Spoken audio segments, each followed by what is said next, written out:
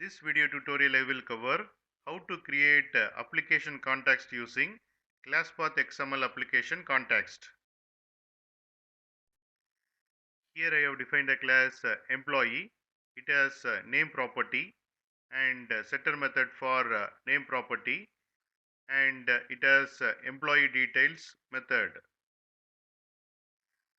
This is a Spring configuration file.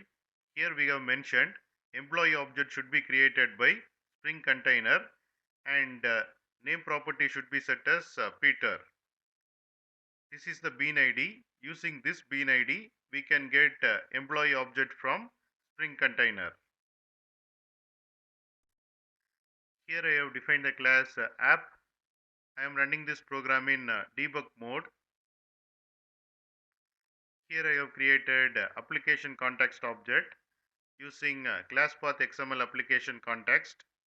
In ClassPathXmlApplicationContext constructor, I am passing resource location, which is Spring configuration file location.